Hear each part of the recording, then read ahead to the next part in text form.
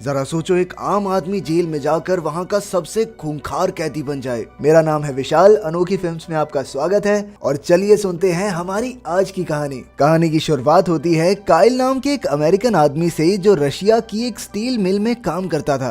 एक दिन उसे अपनी पत्नी ग्रे का फोन आया। वो काइल से दूर रहकर काफी दुखी महसूस कर रही थी और ये सुनते ही काइल ने कुछ दिन की छुट्टी लेकर घर वापस जाने का फैसला किया। उस शाम जब वो घर की ओर जा रहा था तो उसने अपनी पत्नी को फोन किया, लेकिन अचानक उसकी पत्नी जोर जोर से चिल्लाने लगी। असल में सर्जियो नाम का एक गुंडा ग्रे के घर में घुस आया था और वो उससे जबरदस्ती करने की कोशिश कर रहा था। अब काइल रॉकेट की स्पीड से गाड़ी चलाकर घर पहुंचा, लेकिन तब तक बहुत देर हो चुकी थी। जब काइल ने सोफे पर ग्रे की खून से सनी लाश देखी तो वो फूट फूट कर रोने लगा। तभी अचानक वो हमलावर पीछे से काइल की ओर बढ़ा। उसने एक ही पल में काइल के सर पर जोरदार वार किया और सड़क की ओर भाग निकला। अब काइल भी पूरी तेजी से उसके पीछे भागा और दोनों में भयंकर लड़ाई शुरू हो गई। लेकिन जल्द ही उन दोनों को पुलिस ने गिरफ्तार कर लिया और उन्हें कोर्ट के सामने पेश किया गया। पर सर्जियो ने तो जजेस को भी खरीद दिया था, इसलिए कोर्ट ने उसे निर्दोष घोषित कर दिया। लेकिन काइल अपनी बीवी के हत्यारे को यूं ही जाने नहीं दे सकता था, इसीलिए उसने वहां मौजूद एक पुलिस वाले की बंदूक चुराई और एक ही झटके में सर्जियो के सीने पर गोलियों की बौछार कर दी। उसने अपना बदला तो ले लिया, लेकिन खून के मामले में कोर्ट ने उसे उम्र कैद की सजा सुनाई।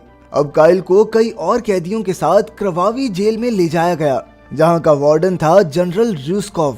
वहां पहुंचने पर उन सबको अपना सामान पुलिस के हवाले करना पड़ा, लेकिन काइल ने अपनी शादी की अंगूठी देने से इनकार कर दिया। इस पर लेफ्टिनेंट तौलिक ने उसकी खूब धुलाई की और आखिरकार उसकी अंगूठी छीन ली। रात को काइल ने देखा कि जेल के गार्ड्स बिली नाम के कैदी को कमरे में लेकर गए, जहां आंद्रे नाम के एक दूसरे कैदी ने उस पर जबरदस्ती करके उसका शोषण किया। असल में आंद्रे रशियन माफिया का एक नामी गुंडा था, इसीलिए गार्ड्स भी उसे कुछ नहीं कहते थे। फिर जब सुबह हुई तो गार्ड्स बिली को उस कमरे से बाहर ले आए और आंद्रे आराम से जाकर बाकी कैदियों की लाइन में लग गया, मानो उसने कोई गुनाह किया ही ना हो। तभी अचानक उसने काइल को भी बेइज्जत किया और फिर दोनों में हाथापाई शुरू हो गई। अंत में गार्ड्स ने काइल को एक सुनसान कमरे में बंद कर दिया, जहां चारों ओर से गंदी नालियां बह रही थी।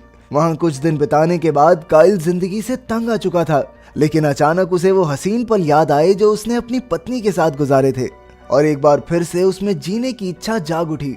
कुछ दिन बाद काइल को एक दूसरे कमरे में भेजा गया, जहां उसे कैदी नंबर 451 के साथ रहना था। 451 अपने साथ रहने वाले पिछले 3 कैदियों को मार चुका था। काइल इस बात को सुनकर थोड़ा घबरा गया, लेकिन उसने कुछ कहा नहीं। फिर एक दिन काइल का साला उससे मिलने आया और उसने कहा भी कि आप चिंता मत करना, मैं आपको यहाँ से निकालने की पूरी कोशिश कर रहा हूँ। लेकिन तब तक के लिए उसने हिदायत दी कि गार्ड्स को थोड़ी रिश्वत दे दो ताकि आसानी से तुम्हें जीने दे यहाँ पर। खैर, अगले दिन काइल की मुलाकात बिली से हुई और उसने कहा कि वो यहाँ 18 महीने की सजा काट रहा है। तभी वहाँ मैलेकाई नाम का एक कैदी आया जो व्हील चेयर पर था। उसने काइल को बताया कि कैसे यहाँ कई कैदियों ने अपनी गैंग्स बना रखी हैं और रशियन माफिया का भी इस जेल में काफी दबदबा है। खैर, जैसे जैसे समय बीता काइल वहाँ की जिंदगी में ढल गया। एक रात उसने एक बुरा सपना देखा जिसमें सर्जियो उसकी पत्नी पर हमला कर रहा था और वो काफी तेज तेज सांसें लेने लगा। इससे कैदी 451 को बहुत गुस्सा आ गया और उसने गुस्से में काइल का गला ही दबा दिया। काइल घबरा गया और उसने अगले दिन गार्ड्स को रिश्वत देकर अपना कमरा बदलवाने की कोशिश की, लेकिन वो अमेरिकन था, इसीलिए गार्ड्स ने उससे और ज्यादा पैसे मांगे। खैर, कुछ दिन बाद जेल में फाइटिंग के मुकाबले करवाए गए। मैलेकाई ने काइल को बताया कि जनरल रूस्कोव इन मुकाबलों में सट्टा लगाकर काफी पैसे कमाता है। फिर मुकाबला शुरू हुआ और आंद्रे ने अपने विरोधी को कुछ ही पलों में ढेर कर दिया। फिर कुछ दिन बाद सभी कैदियों को मजदूरी के लिए ले जाया गया, जहां रशियन गैंग के गुंडों ने काइल को फंसाने का प्लान बनाया। उन्होंने काइल पर उन्हें अंग्रेजी में गालियां देने का इल्जाम लगाया। ये सुनकर गार्ड्स ने उन्हें अपना बदला लेने की इजाजत दे दी और फिर सभी गुंडों ने मिलकर काइल को बहुत पीटा। इसके बाद गार्ड्स ने एक बार फिर उसे गंदी नाली वाले कमरे में कैद कर दिया। यहाँ उसे साथ के कमरे से अजीबोगरीब आवाजें सुनाई देने लगी, पर अब काइल दीवारें पीटने के सिवा और कुछ नहीं कर सकता था। पूरे 1 महीने बाद काइल को यहाँ से बाहर निकाला गया और अब वो एकदम बदल चुका था। उसके बाल और दाढ़ी काफी बढ़ गई थी। कुछ ही दिनों में जेल का माहौल बिगड़ने लगा, क्योंकि कैदी अक्सर लड़ाई करके एक दूसरे को मारने लगे थे। फिर एक दिन जब वो मजदूरी कर रहे थे तो अचानक वहाँ गार्ड्स पर बम से हमला हो गया। इसी मौके का फायदा उठाकर बिली अपने एक साथी के साथ भाग निकला, लेकिन पीछे से गार्ड्स ने उसके साथी को गोली मार दी और बिली को फिर से पकड़ लिया। उधर काइल को आंद्रे और उसकी गैंग अक्सर परेशान करते थे, इसीलिए उसने जमकर कसरत करनी शुरू कर दी। इसके बाद अगले मुकाबले में काइल का सामना आंद्रे से हुआ। आंद्रे उससे काफी ताकतवर था, इसलिए वो काइल को भिगो भिगो कर पीटने लगा। लेकिन जल्द ही काइल की कड़ी मेहनत ने रंग दिखाया और उसने अचानक से आंद्रे की गर्दन कुछ इस तरह मोड़ी कि उसकी मौके पर ही मौत हो गई। यह देखकर वहां खड़े सभी कैदी भी सोच में पड़ गए।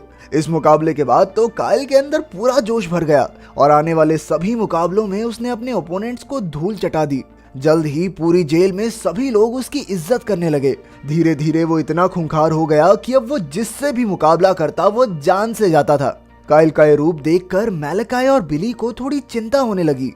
खैर एक दिन बिली ने सबसे तंग आकर एक बार फिर से भागने की कोशिश की, लेकिन इस बार मैलेकाई ने उसे धोखा दे दिया। असल में उसने अपने जख्मों पर लगाने के लिए दवाई के लालच में गार्ड्स को बिली के भागने की खबर दे दी थी। फिर जैसे ही बिली पकड़ा गया तो गार्ड्स ने उसे वाल्या नाम के एक फाइटर के साथ बंद कर दिया। वाल्या बिली से कहने लगा कि देख, मैं आदमी हूँ, आदमी से प्यार करता हूँ, तुझसे भी करूंगा, चाहे तू माने या ना माने।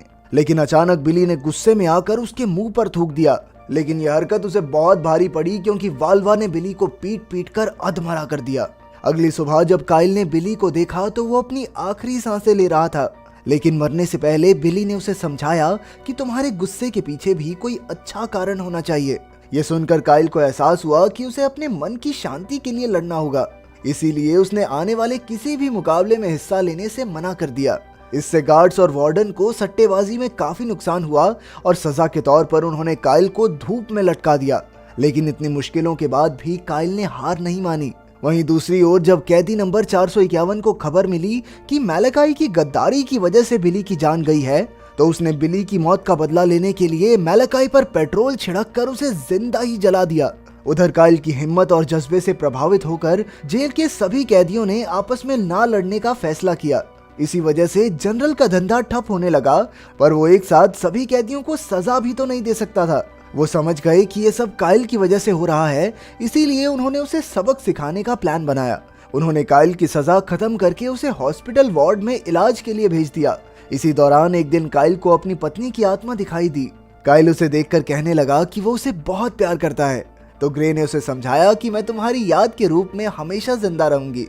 फिर बाद में जनरल रूस्कोव अपने प्लान के मुताबिक काइल से मिलने आया और उसे जबरदस्ती एक आखिरी लड़ाई लड़ने को कहा। इस बार उसका मुकाबला था मिलॉक से, जो किसी वहशी जानवर से कम नहीं था। वो इतना खूंखार था कि उसे आम कैदियों से दूर एक अलग कमरे में बेड़ियों से बांध कर रखा जाता था। असल में मिलॉक वही कैदी था जिसकी आवाजें काइल ने उस सुनसान कमरे में सुनी थी। खैर फिर मुकाबला शुरू हुआ और मिलॉक ने काइल को पटक पटक कर उसका कीमा बना दिया। अब मिलॉक उसकी जान लेने ही वाला था कि काइल अचानक दरवाजा पीटने लगा। अब मिलॉक काइल को पहचान गया और उसने काइल को गले लगा लिया। असल में काइल इकलौता ऐसा आदमी था जिसने उस कमरे में कैद मिलॉक से बात करने की कोशिश की थी। लेकिन ये देखकर लेफ्टिनेंट तोलिक तिलमिला उठा और उसने दोनों को लड़ने के लिए कहा। पर काइल कहने लगा कि चाहे मेरी छाती में गोली मार दो, लेकिन अब मैं हरगिज नहीं लड़ूंगा। अब तोलिक काइल पर गोली चलाने ही वाला था कि अचानक मिलॉक ने ऑफिसर्स पर हमला कर दिया। जल्द ही जेल के कैदियों ने मिलकर तख्ता पलट करने के लिए गार्ड्स पर हमला बोल दिया। मौके का फायदा उठाकर काइल ने कई कैदियों को आजाद किया और चारों ओर हाहाकार मच गया। लेकिन इसी दौरान गार्ड्स ने मिलकर मिलॉक को मार डाला और काइल ने भारी मन से उसे अलविदा कहा। जल्द ही जेल में पुलिस फोर्स आई और आखिरकार उन्होंने फिर से सबको कमरों में कैद कर दिया। अब काइल कैदी नंबर 451 के साथ था, तो उसने 451 को अपनी कहानी बताई कि उसकी पत्नी के साथ क्या हुआ था और फिर वो यहाँ तक कैसे पहुंचा। उसकी कहानी सुनकर 451 ने कहा कि वो जेल से भागने में काइल की मदद कर सकता है। इसके बाद 451 ने काइल को कुछ कागजात दिखाए। असल में उनके अंदर कारावी जेल में पिछले 20 साल में हुए कत्लेआम और काले धंधों के सबूत थे। उसने काइल को ये सारे कागजात यूएस सरकार के हवाले करने को कहा। इसके बाद 451 कहने लगा कि अगर यहाँ से निकलना है तो एक आखिरी बार फाइट तो करनी पड़ेगी तुझे। काइल मान गया और फिर अगले दिन काइल का मुकाबला हुआ वाल्या से। काइल ने शुरुआत में ही अपना दबदबा बना लिया और फिर एक ही झटके में उसका कंधा तोड़ डाला। तब वाल्या अचानक चाकू निकालकर काइल पर वार करने आया, लेकिन काइल पीछे हट गया और चाकू सीधा रशियन माफिया के गैंगस्टर को जा लगा। फिर काइल ने वाल्या का सर जोर से खंबे में दे मारा और इसी के साथ उसकी जीत हुई। लेकिन अंत में गार्ड्स ने उसे पकड़ लिया और मारने के लिए ले गए। पर 451 पहले से जानता था कि ये ऐसा ही करेंगे, इसलिए वो एक खुफिया रास्ते से वहां घुस आया और गार्ड्स पर हमला कर दिया। इधर काइल ने तोलिक के सर पर बंदूक रख के अपनी हथकड़ियां खुलवाई और अपनी शादी की अंगूठी भी वापस ले ली। इसके बाद वो गार्ड का भेष बनाकर वहां से जाने लगा और उसने 451 को भी अपने साथ चलने को कहा, लेकिन 451 ने कहा कि मैं सिर्फ इतना चाहता हूं कि इस जेल का सच पूरी दुनिया के सामने आ जाए। आखिरकार काइल पुलिस वाला बनकर जेल से बाहर निकल गया और उधर 451 ने जनरल र्यूस्कोव को मारकर उसे उसके पापों की सजा दी। आखिरकार काइल सुरक्षित अपने शहर पहुंच गया और फिर उसकी बदौलत कारावी जेल का सच पूरी दुनिया के सामने आ गया। आखिरकार उस जेल को बंद कर दिया गया और सभी बेकसूर कैदी रिहा हो गए। अगर वीडियो पसंद आई तो लाइक कर देना, चैनल को सब्सक्राइब कर देना। मिलते हैं अगली वीडियो में।